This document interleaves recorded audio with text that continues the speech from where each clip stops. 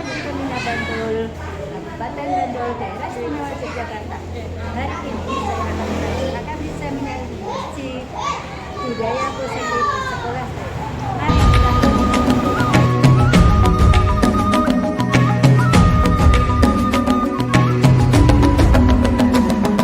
kita bukalah mata.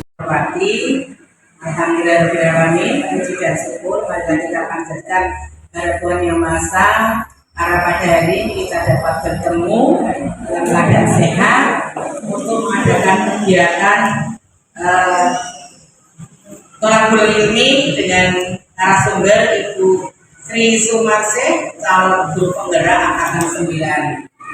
Mari kita awali pertemuan hari ini dengan membaca basmalah bersama-sama. Bismillahirrahmanirrahim. Terima kasih. Mudah-mudahan dengan bacaan basmalah tadi dapat memperlancar acara hari ini dan membawa manfaat untuk kita semuanya. Amin. Selanjutnya perlu kami sampaikan bahwa Ibu Sri Sumarsih ini merupakan CGP, calon guru penggerak angkatan 9 dari TK kita, TK Negeri Pembina Bantul.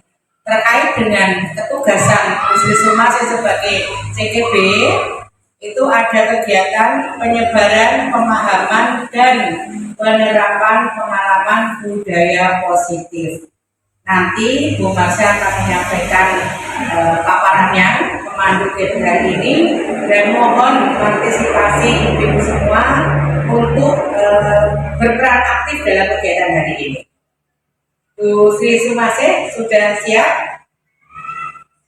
Baiklah Ibu-Ibu, mari bersama-sama kita menyaksikan pemaparan dan nanti dilanjutkan dengan diskusi sumber saran atau apapun dari Ibu Sri Sumarsih selaku pemateri pada siang hari ini. Teacher pendidikan yang memberikan kesempatan bagi saya pribadi ya untuk berbagi, untuk belajar bersama ya. Di sini saya tidak mau istilahnya cuma berbagi ilmu aja, untuk penyebaran pemahaman dan penerapan pengalaman budaya positif merupakan tugas saya sebagai CGP angkatan 9, yang mana pada hari ini saya harus menyampaikan untuk memenuhi modul 1.4 ya, yaitu penyebaran pemahaman dan penerapan pengalaman budaya positif. Apa itu budaya positif? Nanti di sini kita belajar bersama. Di sini yaitu budaya positif, adanya disiplin positif dan ya, nilai-nilai kebajikan. Apa itu nilai-nilai kebajikan? Yaitu nilai atau prinsip mulia yang dianut oleh seseorang. Yang dua, 5 posisi kontrol. Nah, nanti kita akan belajar ke dalamnya. Adanya penghukuman, pembuat orang merasa bersalah, teman, pemantau atau macam-macam. Jadi nanti ada posisi kita, cara pandang kita. Yang selanjutnya kebutuhan dasar manusia dan dunia berkualitas. Nah, adanya cinta kasih atau rasa memiliki dan dimiliki, penguasaan, kesenangan dan kebebasan. Yang terakhir yaitu segitiga restitusi. Di sini nanti akan ada menstabilkan identitas, validasi tindakan yang salah, dan menanyakan keyakinan. Nah, ini nanti di segitiga restitusi buat gambaran tuh adanya permasalahan, jadi kita gunakan segitiga restitusi. Nah, dalam mewujudkan hal tersebut, kita sebagai guru di dalam kelas ya, atau di sekolah ini, kita perlunya adanya keyakinan kelas. Apa itu keyakinan kelas? Kalau kemarin itu kita gunakan kesepakatan kelas ya. Jadi mulai saat ini kita berusaha untuk menggunakan keyakinan kelas. Nanti kita mungkin ada perbedaan keyakinan kelas dan kesepakatan kelas. Yaitu terus next week. Disiplin positif ya. Menurut pengertian, disiplin berasal dari kata disiplina, artinya belajar. Disiplin mengacu pada disiplin diri yang memiliki tanggung jawab terhadap apa yang dilakukan berdasarkan nilai-nilai yang diyakini. Disiplin positif merupakan salah satu cara penerapan disiplin dengan tujuan menumbuhkan kesadaran serta memberdayakan peserta didik tanpa imbalan atau risiko, ancaman, atau hukuman. Nah, Di sini mungkin kita masih sering menggunakan reward dan hukuman. Ternyata mungkin masih ada akibat yang kurang baik. Yang selanjutnya sebagai pendidik tujuan kita adalah menciptakan disiplin diri sehingga mereka berperilaku mengacu kepada nilai-nilai kebajikan universal dan memiliki motivasi intrinsik dalam perilakunya. Yaitu mencapai kemerdekaan dan menciptakan nilai yang berbeda harus ada disiplin yang kuat. Adalah disiplin dari diri tadi yang memiliki motivasi internal. Jika kita tidak memiliki motivasinya, maka kita melakukan pihak lain untuk mendisiplinkan kita atau disebut motivasi yang dari luar atau eksternal. Nah, ini ya tentang nilai-nilai kebajikan. Jadi yang nilai-nilai yang disepakati bersama, lepas dari suku bangsa, agama, bahasa maupun latar belakangnya, yaitu merupakan paling besar dari sikap atau perilaku kita yang menjadikan dasar. Nilai-nilai merupakan fondasi kita dalam berperilaku. Nilai-nilai kebajikan adalah sifatnya yang positif bagi manusia, yang merupakan tujuan manusia yang ingin dicapai setiap individu. Apa itu nilai-nilai kebajikan? Nah, di sini ada yang program kajian Pancasila yang kita gunakan di Gedung Merdeka ini, yaitu beriman, bertakwa pada Tuhan Yang Maha Esa, berakhlak mulia, berbineka tunggal, gotong royong, mandiri, kreatif, dan benar kritis. Sedangkan dari buku Primarijal atau program PCP itu adanya toleransi, rasa hormat, integritas, mandiri, menghadapi, antusias, empati, keingintahuan, kreativitas, kerjasama, percaya diri, dan komitmen dalam skill atau keterampilan hidup. Dapat percaya, lurus hati, pendengar yang aktif, tidak merendahkan orang lain, dan memberikan yang terbaik dari diri. Dengan petunjuk hidup yaitu penalaran, bekerjasama, pemberanian, keingintahuan, usaha, keluasan, berorganisasi, kesabaran, keteguhan hati, kehormatan, memiliki rasa hormat, berinisiatif, integritas, pemecahan masalah, tanggung jawab, dan persahabatan. Nah, nilai-nilai ini wajib biasa kita harus miliki ya, kita berusaha untuk memilikinya. Yes. Nilai-nilai yang diyakini kita juga yaitu adanya peduli, itu ada beberapa ya, nanti mungkin bisa berusaha bacakan. Juga saya sudah meletak pada diri pendidik, adanya empati, suara hati, kontrol diri, rasa hormat, kebaikan, toleransi, dan keadilan. Ini yang ada di teori ya. Lanjut.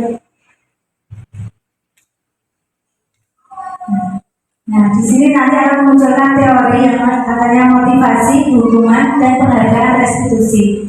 Nah, kita akan mempelajari bersama-sama belajar apa sih yang dimaksud dengan hukuman atau penghargaan restitusi itu. Yang pertama itu motivasi perilaku manusia menurut James Boston, yaitu untuk menghindari ketidaknyamanan akan adanya hukum atau hukuman. Jadi hukuman itu memberikan mungkin bagi anak atau bagi saya benar, bagi pelajar kalau dapat hukuman itu mungkin juga sesuatu yang tidak nyaman ya. Yang kedua untuk mendapatkan imbalan atau penghargaan dari orang lain. Nah, di sini kita melakukan sesuatu itu ada pengharapan apa kalau dari orang lain, itu juga termasuk hal yang dari diri kita juga.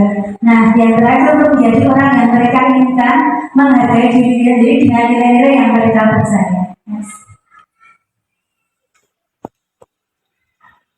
Yaitu menghindari ketidaknyamanan untuk mendapatkan imbalan dan penghargaan dari orang lain. Nah, itu dari yang motivasi terang itu menjadi orang yang mereka inginkan dan menjadi komitmen menghargai diri sendiri dengan nilai-nilai yang mereka percaya. Jadi kita hindari hanya hukuman dan penghargaan yang berlebih untuk menganalisis motivasi eksternal.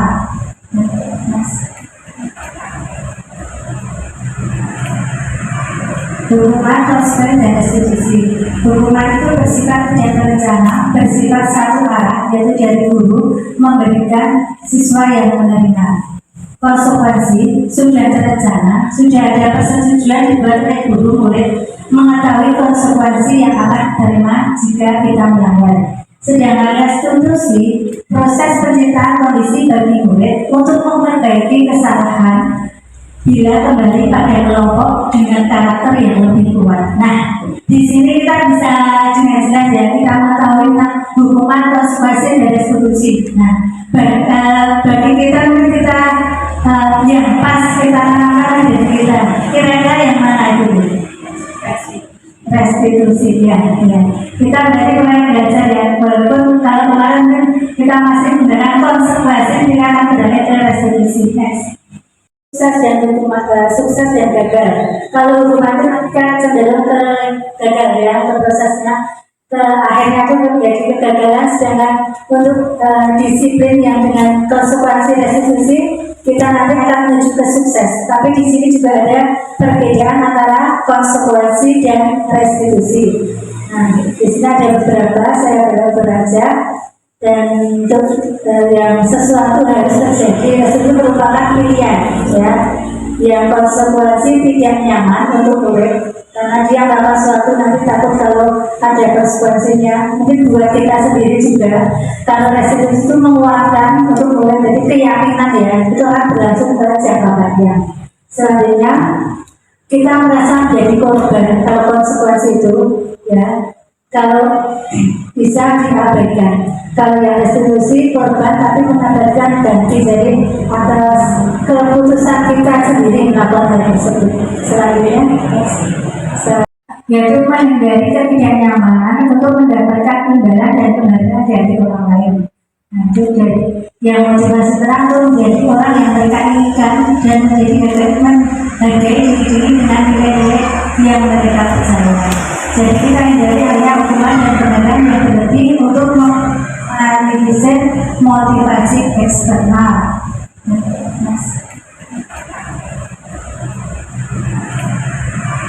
Hukuman, konsekuensi, dan restitusi. Hukuman itu bersifat tidak terencana, bersifat satu arah, yaitu dari guru memberikan siswa yang menerima. Konsekuensi sudah terencana, sudah ada persetujuan dibuat oleh guru murid mengetahui konsekuensi yang akan diterima jika kita melanggar. Sedangkan restitusi proses penciptaan kondisi bagi murid untuk memperbaiki kesalahan bila kembali pada kelompok dengan karakter yang lebih kuat. Nah, di sini kita bisa dengan jelas ya kita mengetahui tentang hukuman konsekuensi dari restitusi. Nah, bagi kita mungkin kita yang pas kita tanamkan dari kita kira-kira yang mana itu? Restitusi ya. Kita berarti mulai belajar ya, walaupun kalau kemarin kan kita masih menggunakan konsekuensi kita akan beralih ke restitusi. Next.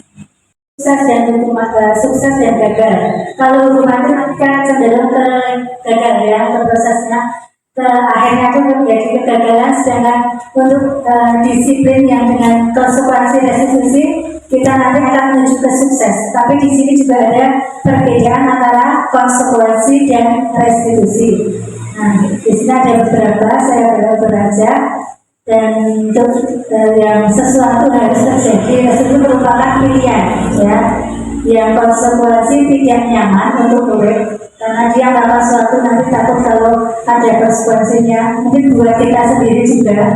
Kalau restitusi itu menguatkan untuk murid, jadi keyakinan ya itu akan berlangsung ke jangka panjang. Selanjutnya kita merasa menjadi korban kalau konsekuensi itu ya, kalau bisa diabaikan. Kalau yang restitusi korban tapi mendapatkan ganti dari atas keputusan kita sendiri melakukan hal tersebut.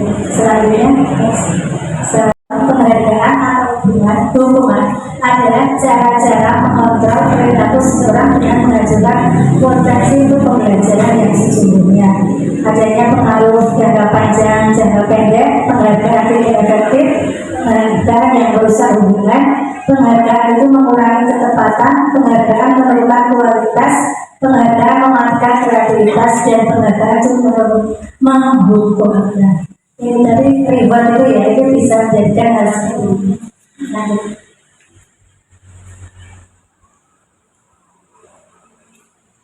Nah, ini kita mulai dari kebutuhan dasar manusia dulu. Apa kebutuhan dasar manusia itu? Yaitu segala sesuatu yang dilakukan untuk mendapatkan apa yang kita inginkan. Seluruhnya tindakan yang kita lakukan memiliki tujuan tertentu dan semua usaha terbaik yang kita lakukan adalah dalam rangka memenuhi kebutuhan dasar kita. Dasar ya yang dibutuhkan manusia. Yang pertama yaitu bertahan hidup, yang kedua adalah kasih sayang dan rasa diterima, ketiga penguasaan, keempat kebebasan, dan kelima kesenangan.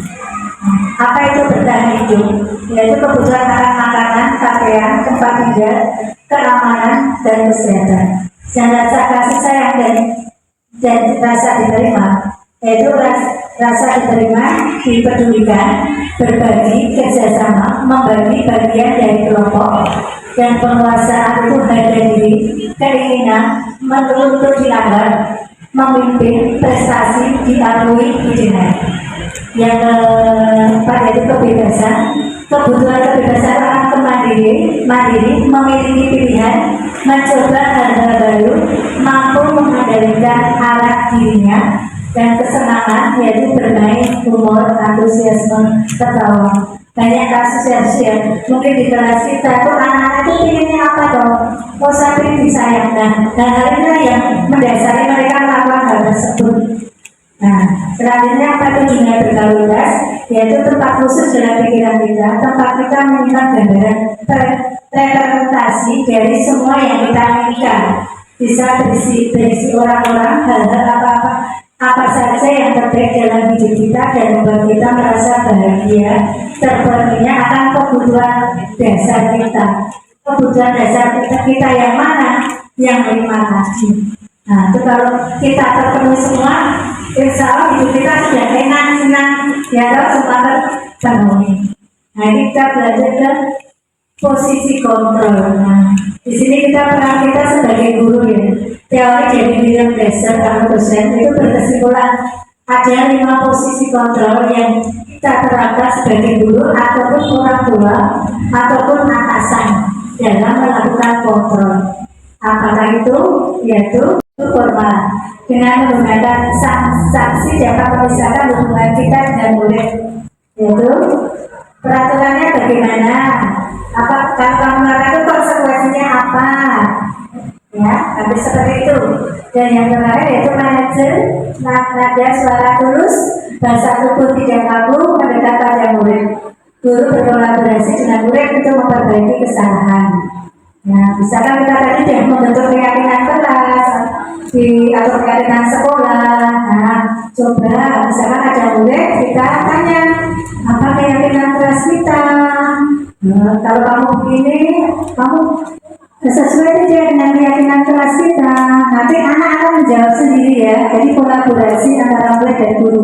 Jadi kalau begitu kamu sudah tidak sesuai dengan ini, sebenarnya kamu gimana untuk memperbaiki itu. Nah, seperti itu ya. Ya, next. Kira-kira. Nah, di sini kita nanti bisa menerapkan kita poster dari itu sebagai apa di kelas kita, sebagai pemimpin atau manajer, sebagai pemantau, teman, atau membuat rasa bersalah bagi anak-anak kita, atau bahkan penghukum. Nanti kita akan ke belakang kita akan lihat.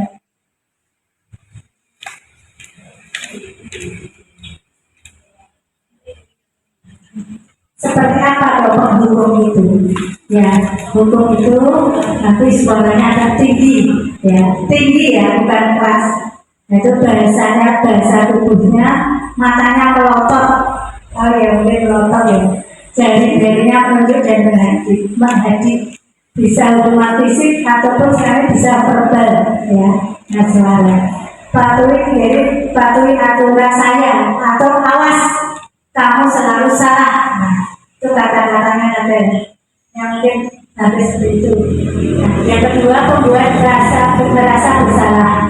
Nadanya memelas, halus, sedih, bahasa tubuhnya merapat pada anak itu, membuat merasa orang itu tidak nyaman, bersalah, rendah diri, ya. Mungkin itu sangat kecewa dengan kamu. Beberapa kali kamu harus berapa kali itu harus memberitahu kamu. Kita harus, tapi ini menurut anak ya, jadi anak merasa bersalah melakukan hal tersebut ya. Kita belajar sama, jadi kan kita terapkan aksi ya dengan kelas. Yang ketiga teman, nada suara ramah akrab dan bercanda, bahasa tubuh merata pada murid juga, senyum senyata. Ada hubungan baik humor. Ayo bantulah diri saya ya. Ayo ingat tidak bantuan. Ayo ingat tidak bantuan saya, bantu saya selama ini. Ya, ayo ingat bantuan. Ya? Ayo ingat tidak bantuan saya selama ini. Sambil senyum itu ya. Lima-limanya ya. Ada penghubung juga, penghubung, teman, pemantau. Kalau lebih dominan yang mana? Teman. Ya, kita menuju ke manajer ya.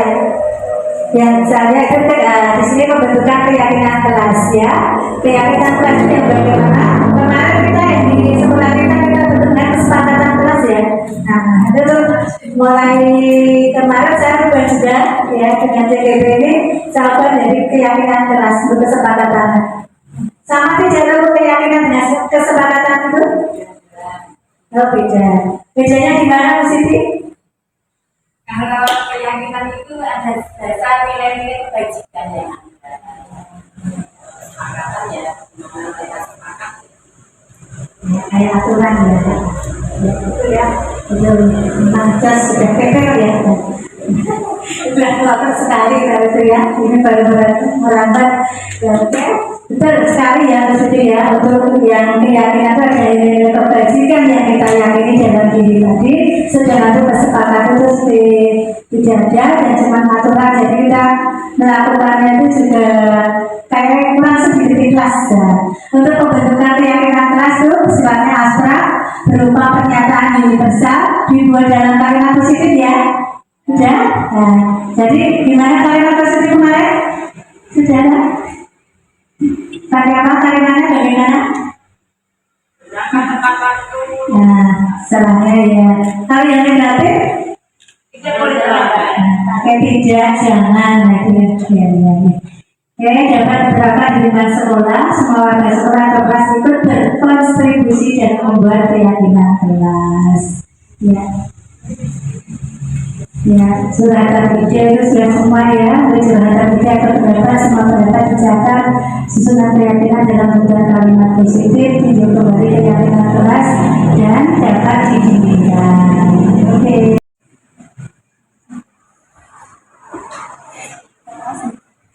Nah, itu kita bacakan ya, keyakinan kelas itu kita bacakan setiap hari.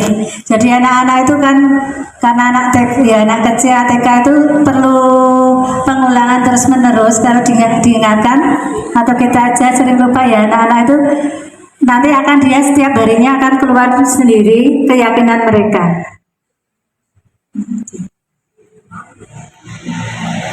Nah, di sini kita sampai yang terakhir yaitu segitiga restitusi.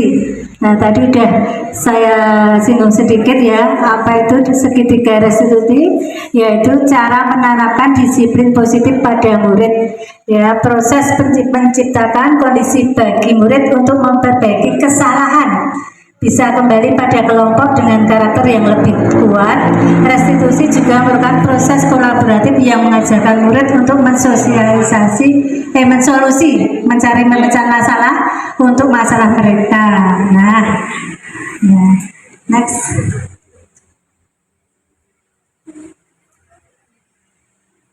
Langkahnya yang pertama itu menstabilkan identitas. Seperti tadi, kalau kita menemui anak di kelas tadi, kita stabilkan dulu identitas tentang yang mereka perbuat itu bagaimana ya. Nanti di sana dalam video yang selanjutnya itu validasi tindakan yang salah. Seperti dari nilai-nilai keyakinan mana, keyakinan kelas tadi yang dia sudah tidak pas di mana, nanti anak-anak akan menyebutkan sendiri. Nah, itu nanti validasi tindakan yang salah dan menanyakan keyakinan. Nah, ya sebaiknya bagaimana dia akan merubah perilakunya tersebut ya, untuk tidak mau berbuat seperti itu. Dia akan mengetahui sendiri solusi dari masalah yang dia hadapi. Next. karena kita tidak sempurna. Saya sebagai guru itu juga pernah berbuat salah. Jadi di sini kita tidak mencari siapa yang salah, tapi mencari solusi dari permasalahan. Nah, biasanya kalau di sini kan ditanyakan, kamu begitu tuh kenapa? Nah, nanti ada kebutuhan dari 5 dasar kebutuhan tadi. Yang dipenuhi anak apa? Dia ingin diperhatikan melakukan hal tersebut, atau dia kebutuhannya ingin bertahan hidup. Biasanya anak yang suka apa? Meminta bekal teman. Nah, padahal biasanya dia tuh punya, contohnya punya bekal banyak, tapi pengen punya temannya. Nah, itu nanti bisa permasalahan bermacam-macam. Ya. Validasi tindakan yang salah yaitu berdasarkan prinsip setiap perilaku berupaya memenuhi suatu kebutuhan. Nah, di sini kita tanyakan, kamu punya alasan mengapa berbuat seperti itu? Nah, padahal kamu kan bisa melakukan yang lebih baik. Kamu tahu nggak kalau itu kurang baik, atau kalau itu apa yang kamu lakukan agar tidak melakukan hal tersebut. Next. Nanti bahasanya penerapan budaya positif banyak itu. Nanti kita akan belajar coba evaluasi tentang penerapan budaya positif banyak itu. Nanti kita akan belajar coba evaluasi tentang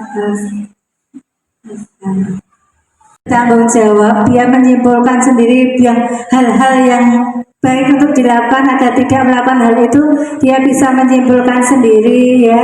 Itu kita kita pegang terus. Jadi keputusan si anak itu kita gunakan untuk hari berikutnya terus. Nah, coba kita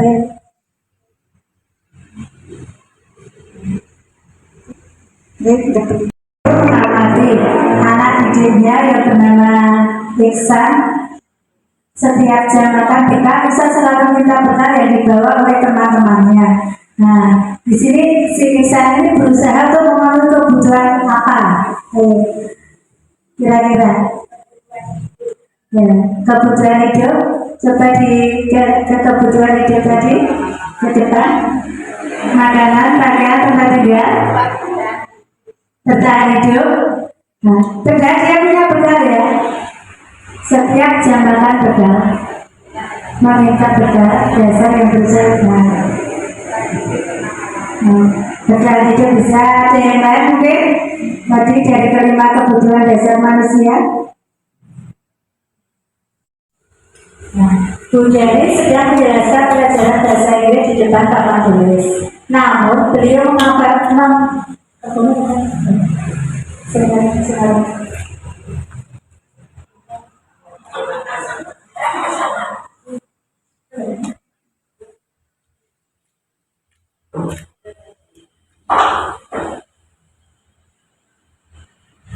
Sudani sedang menjelaskan pelajaran bahasa Inggris di depan papan tulis. Namun beliau memperhatikan bahwa pelajar malah tidur-tiduran dan tampak acuh dan teracuh pada pelajarannya.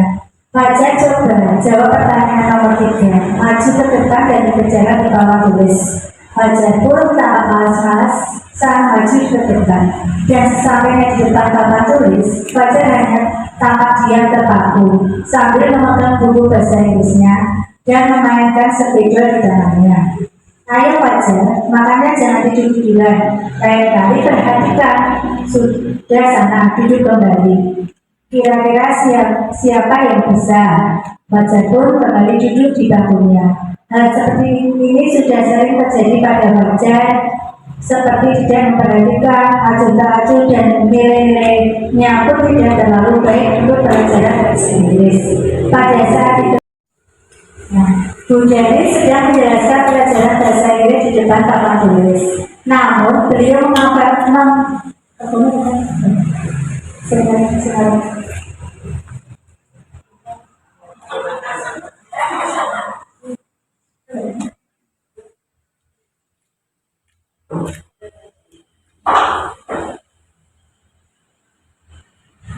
Sudani sedang menjelaskan pelajaran bahasa Inggris di depan papan tulis. Namun beliau memperhatikan bahwa Fajar malah tidur-tiduran dan tampak acuh dan tak acuh pada pelajarannya.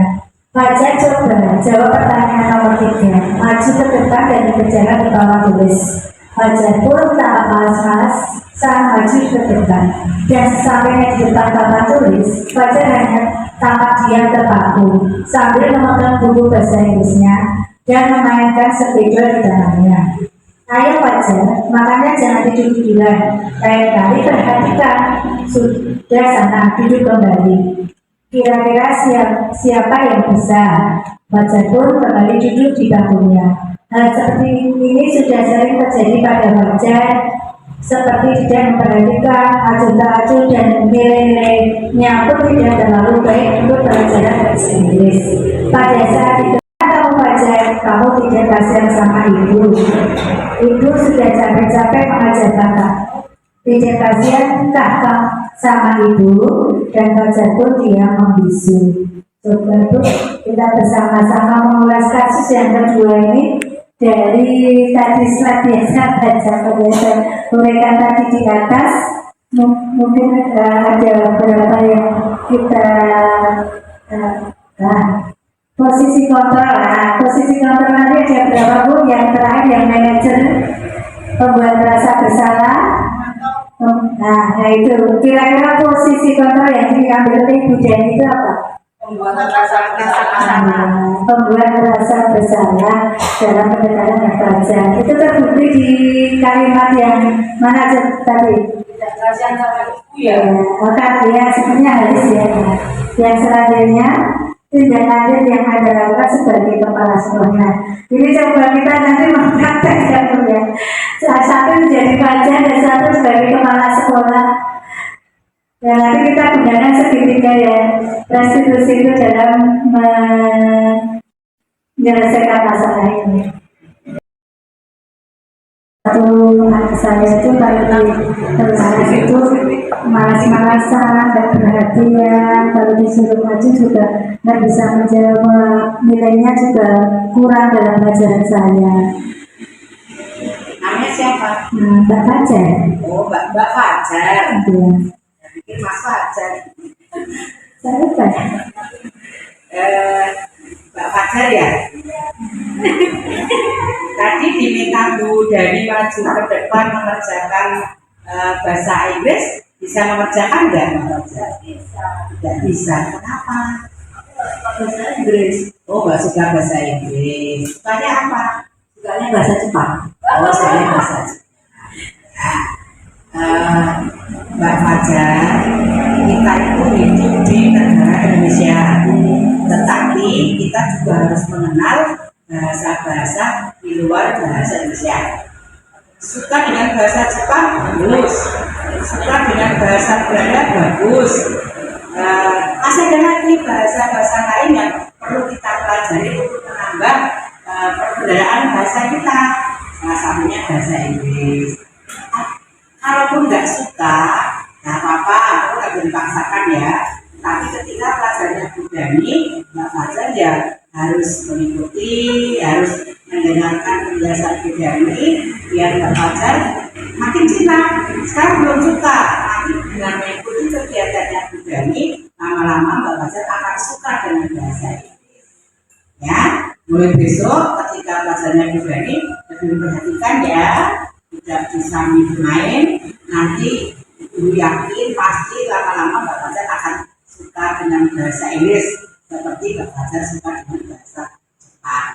Kenal dulu, lama-lama akan suka. Gitu ya. Kenal saya? Iya betul. Gimana mau sayang? Kenal aja tidak kok. Kenal dulu, nanti ada rasa sayang. Belajar bahasa Inggris. Gitu ya. Terima kasih. Kembali kelas. Terima kasih. Jadi sekalian praktek supervisi klinis. Awalnya Bu ini menyampaikan kasus saya.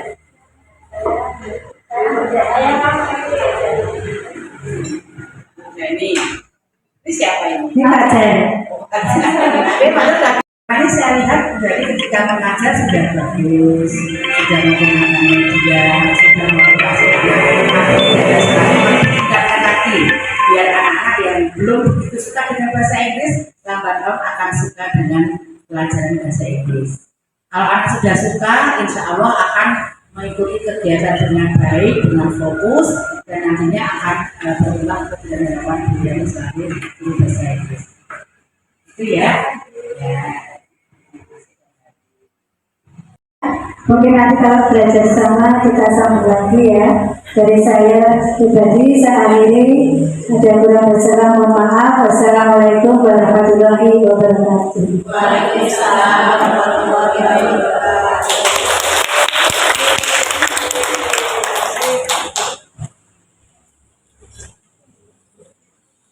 Sekali lagi aplaus buat Ibu Sumarse. Terharu. Terima kasih Bu Marse sudah menyampaikan pemahaman tentang budaya positif kepada kita semua. Semoga apa yang Bu Marse sampaikan dapat Ibu terima, Ibu pahami, dan ketika menemui kasus di kelas masing-masing bisa menerapkan sesuai dengan teori yang disampaikan oleh Bu Sri Sumarse tadi. Meskipun saya yakin selama ini ibu-ibu itu sudah menampilkan budaya positif itu dalam kegiatan sehari-hari. Cuma tidak salahnya kalau nanti kita tingkatkan kembali oleh Bu Sri Sumarse terkait pentingnya budaya positif dalam kegiatan belajar mengajar di kelas. Itu sebelum saya akhiri, apakah ada yang mau disampaikan, ditanyakan dari ibu-ibu kepada Bu Sri Sumarse terkait dengan materi tadi? Ada tidak? Tidak ada?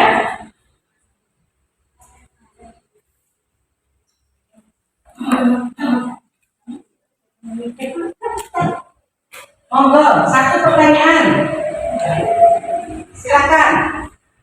Nanti biar dijawab Bu Marse. Kalau Bu Marse menjawabnya belum memuaskan ibu-ibu, bisa ditambah dengan ibu yang lain bisa menambah jawabannya. Ada yang ditanyakan?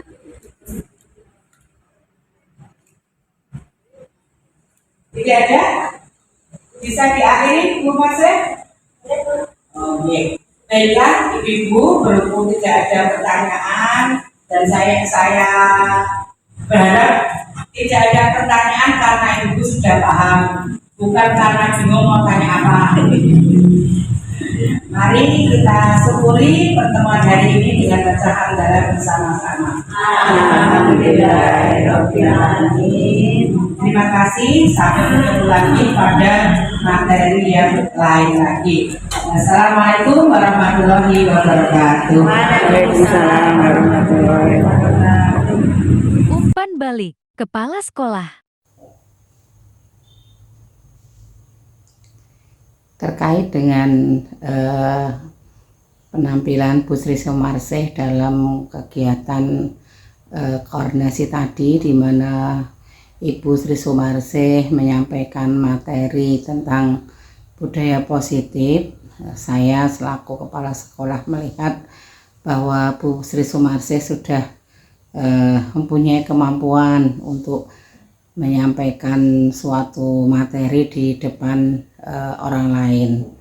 Artinya ketika Bu Sri Sumarse berhadapan dengan audien yang lebih dari 5 orang, saya melihat sudah bagus, sudah bisa menguasai audien, kemudian sudah bisa menyampaikan dengan jelas. Bahasa yang digunakan juga bagus, mudah dipahami, tidak terlalu tergesa-gesa, dan audien bisa menerima dengan jelas apa yang disampaikan. Memang budaya positif itu sangat penting, sangat perlu untuk kita ketahui bersama, apalagi kita sebagai guru. Kita harus tahu penggunaan kalimat-kalimat positif, tindakan-tindakan positif yang tentunya dapat diterima oleh anak-anak tanpa ada rasa marah ataupun tidak nyaman pada diri anak. Terutama pada materi budaya positif tadi itu terkait dengan posisi kontrol seorang guru. Kalau tidak salah ada 5 ya, sebagai penghukum, kemudian sebagai pembuat orang merasa bersalah, kemudian sebagai teman, sebagai pemantau, dan juga sebagai manajer.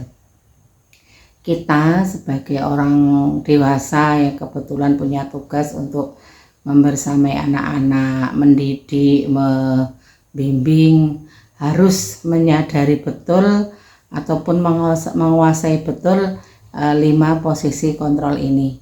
Kita harus bisa menempatkan diri kita pada posisi yang terbaik dari 5 itu. Kita berusaha untuk mengingatkan anak-anak tentang budaya positif, tetapi dengan cara yang baik, yang bisa diterima anak tanpa anak itu merasa bahwa dirinya sedang dihukum, atau bahwa anak itu kemudian merasa sebagai orang yang bersalah banget sehingga mungkin akan mengurangi rasa percaya dirinya. Kita berusaha untuk bisa menempatkan posisi kita sebagai teman dengan anak-anak, kemudian sebagai istilahnya manajer dalam tanda kutip, sehingga anak tetap merasa dekat dengan kita, tapi anak juga tetap segan kepada kita, hormat kepada kita, sehingga apa yang kita sampaikan pada anak-anak itu akan didengarkan oleh anak. Dan justru karena peran kita sebagai posisi kontrol di depan anak-anak, sebagai teman, sebagai pemantau itu, kita harus bisa menjadi contoh bagi anak-anak, sehingga anak-anak itu punya model, punya figur yang bisa ditiru. Terkadang kita sebagai orang yang yang lebih dewasa dari anak-anak, kita itu ketika melihat anak-anak melakukan sesuatu yang tidak sesuai dengan keinginan kita akan marah. Apalagi melihat anak melakukan suatu kesalahan yang jelas-jelas suatu kesalahan. Tapi kita harus sadar bahwa anak itu tetap anak. Dia bukan manusia dewasa kecil, tapi dia memang masih kecil sesuai dengan usianya. Terkadang yang kita melihat bahwa sesuatu hal itu suatu kesalahan, sudah jelas itu suatu kesalahan, tapi anak bisa jadi tidak paham bahwa itu adalah suatu kesalahan. Ini kita tidak bisa serta-merta marah kepada anak sampai anak merasa harus dihukum karena melakukan kesalahan, tanpa anak dikonfirmasi lebih dulu, ditanya lebih dulu kenapa melakukan itu. Kita langsung menghukum anak. Ini suatu perbuatan yang tidak tepat sama sekali. Kita boleh menghukum anak karena kesalahannya, tetapi sebelum hukuman itu diterapkan, kita pahamkan dulu pada anak-anak kenapa itu perbuatan seperti itu dikatakan salah. Apakah melanggar norma-norma aturan yang berlaku di lingkungan, ataukah memang ada larangan dari segi sosial atau budaya masyarakat setempat. Itu anak dipahamkan dulu bahwa itu suatu kesalahan. Jangan anak langsung dihukum tanpa anak itu tahu kenapa harus dihukum, kenapa harus menjalani hukuman. Kalau kita menghukum anak tanpa alasan yang jelas, tanpa ada pemberitahuan kepada anak bahwa yang dilakukan itu suatu kesalahan, ke depan anak itu akan selalu bertanya-tanya, kenapa saya kok dihukum? Apakah saya melakukan kesalahan? Apa yang saya lakukan sehingga ibu guru marah dan menghukum saya?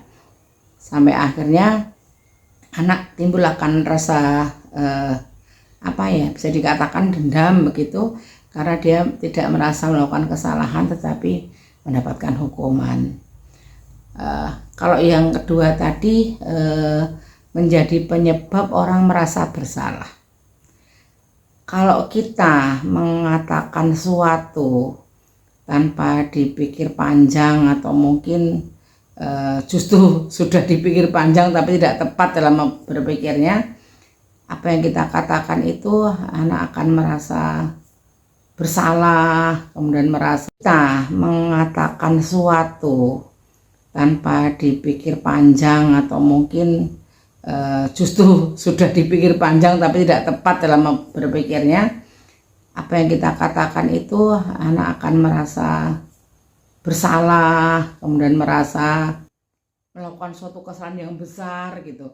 Padahal mungkin kesalahannya tidak sebesar yang sebenarnya, tapi karena ibu guru kita atau kita itu dalam mengingatkan pada anak-anak dengan kalimat-kalimat yang terlalu didramatisir begitu, sehingga anak akan merasa dia menjadi penyebab suatu kejadian yang tidak betul. Dia akan rasa bersalahnya itu sangat besar sehingga akan mengurangi rasa percaya dirinya. Dia akan merasa tertekan, kemudian merasa minder karena merasa dia sebagai penyebab dari suatu masalah, sehingga dia merasa sangat bersalah.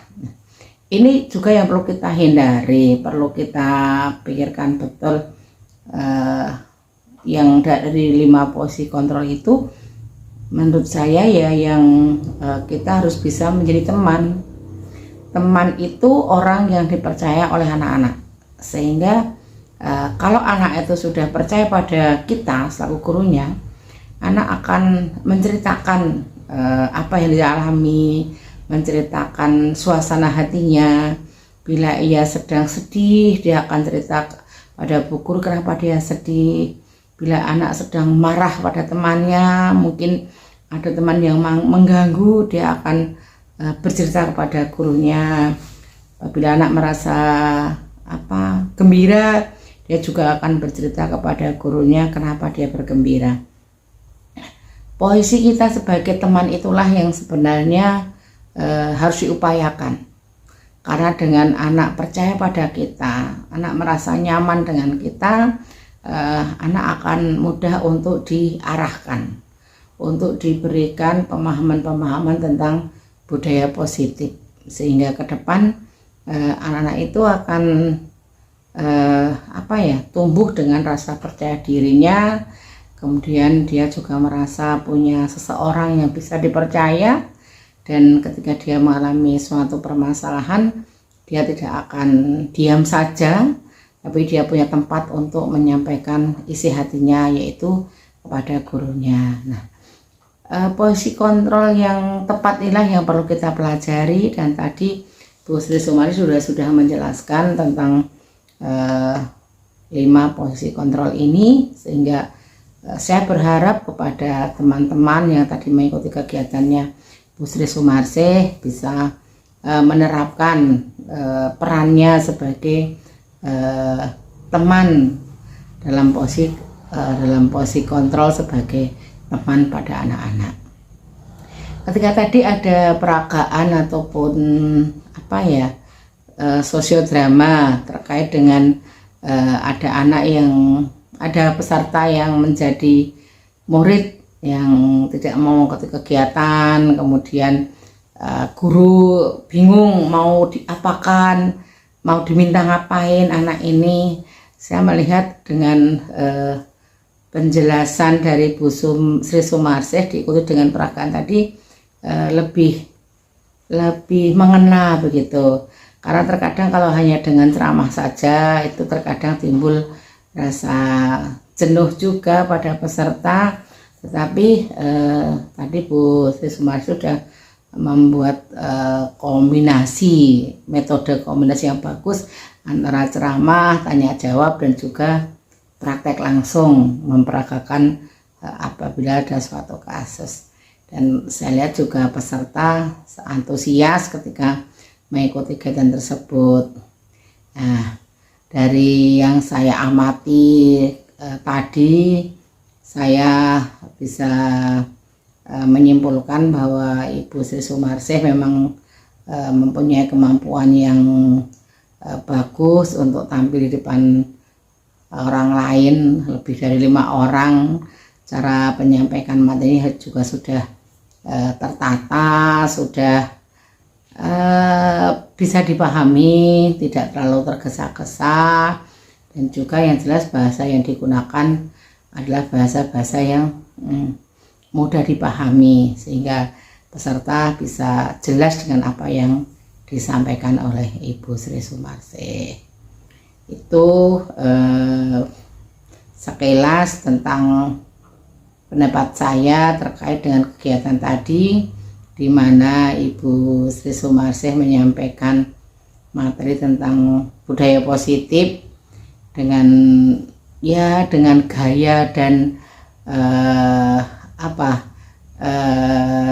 dengan gaya dan cara yang seperti itu kita bisa memahami materi yang disampaikan. Semoga ke depan kegiatan yang dilaksanakan oleh Ibu Sri Sumarsih bisa lebih baik lagi, dan lebih baik lagi. Karena sebaik apapun kita masih harus selalu belajar untuk menjadi lebih baik dan lebih baik lagi. Demikian, terima kasih.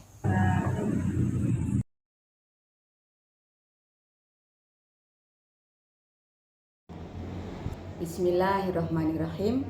Assalamualaikum warahmatullahi wabarakatuh. Salam sejahtera bagi kita semuanya. Perkenalkan, nama saya Mediawati, guru TK Negeri Pembina Bantul. Saat ini saya sebagai rekan guru dari Ibu Sri Sumarsih yang sedang menempuh pendidikan sebagai calon guru penggerak Angkatan 9. Apa yang telah dilakukan Ibu Sri Sumarsih mengadakan kegiatan diseminasi penyebaran pemahaman tentang budaya positif. Apa yang dilakukan Bu Sri Sumarsih dalam melaksanakan kegiatan ini sudah sesuai dengan prosedur dan panduannya. Misalnya dari menyiapkan peralatan, kemudian menyiapkan materi yang berhubungan dengan budaya positif, di mana materi itu berbentuk PPT. Pada waktu pelaksanaan kegiatan diseminasi, apa yang sudah dilakukan diawali dengan menyebarkan undangan kepada peserta yang terdiri dari Ibu Kepala Sekolah dan rekan-rekan guru TK Negeri Pembina Bantul.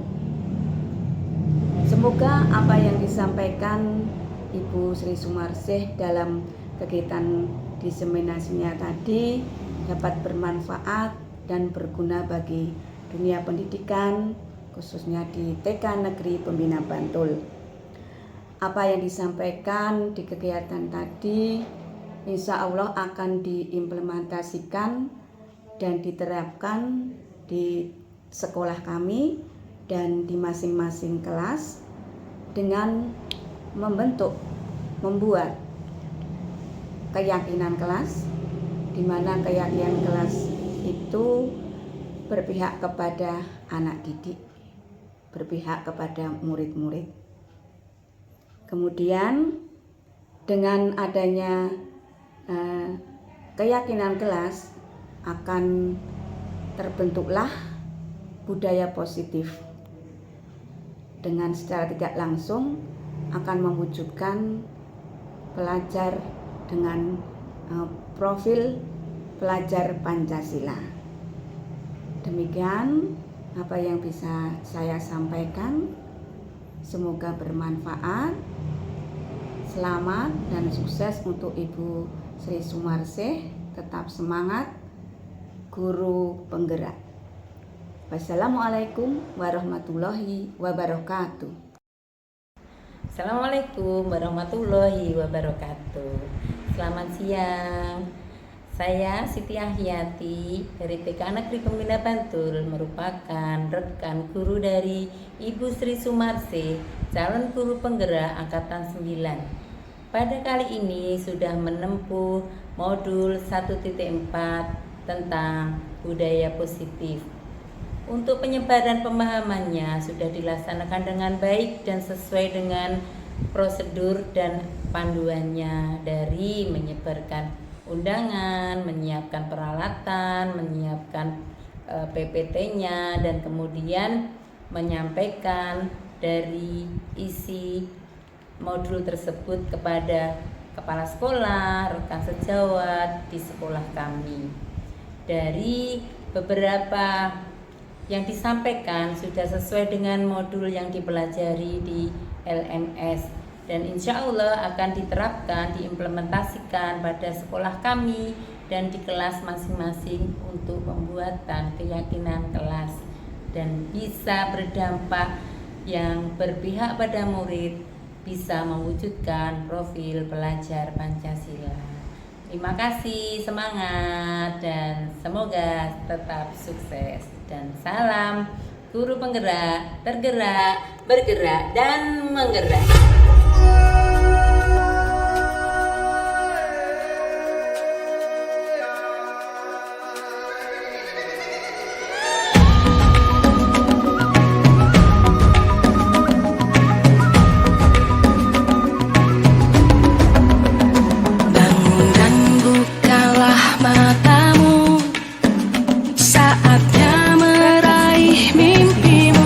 Salam.